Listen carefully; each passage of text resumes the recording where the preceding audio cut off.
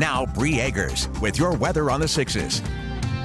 6:06 now on your Wednesday morning, day before Turkey Day. Now, if you've been feeling a little confused about the temperatures lately, you're not alone because they have been a little odd out there, at least for this time of year. 62 is what we hit as a daytime high yesterday. Now, this did happen at the typical time when we see our daytime highs, about 3:30 in the afternoon. But at 7:30 in the morning, we actually saw 61 degrees, which had been our daytime high before we hit that 62-degree mark in the afternoon.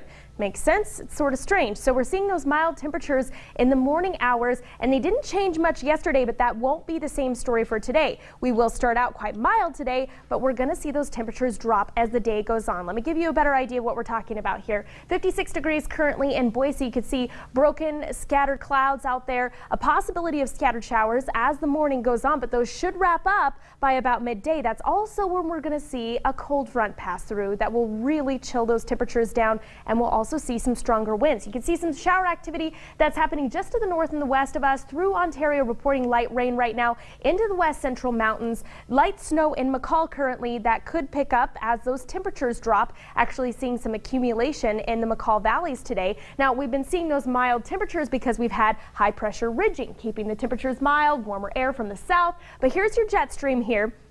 That's when we're going to see that cold front roll through later on today. And of course, when a cold front rolls through, it means that we're going to see that much cooler air from the north sink into southwestern Idaho.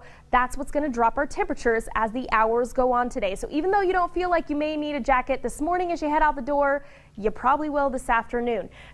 Taking a look at futurecast, you can see all this precipitation right here. For the most part, it is ending up in the mountain locations, west central mountains, east central mountains. We see some clearing this afternoon, another round headed for those central Idaho mountains this afternoon. But then we see mostly clear skies for your Thanksgiving Day, which is looking pretty good, especially if you do have travel plans. Here's what you need to know. Snow level is actually staying at about 6,000 feet this morning, while those temperatures are quite mild. Then it's going to drop to 5,000 feet later this afternoon. So McCall, the valleys in McCall, Cascade could see about an inch of accumulation. Here in Boise, though, at least in the valleys of southwestern Idaho, we're seeing that rain shadow effect. So that system quickly moving, and as it comes through, it's sort of pushing all that precipitation up over the mountains, dumping it on the higher elevations and missing the valleys altogether. So not a lot in the way of precipitation expected for right here in southwestern Idaho in the valley locations. That low pressure is going to be very quickly moving. Of course,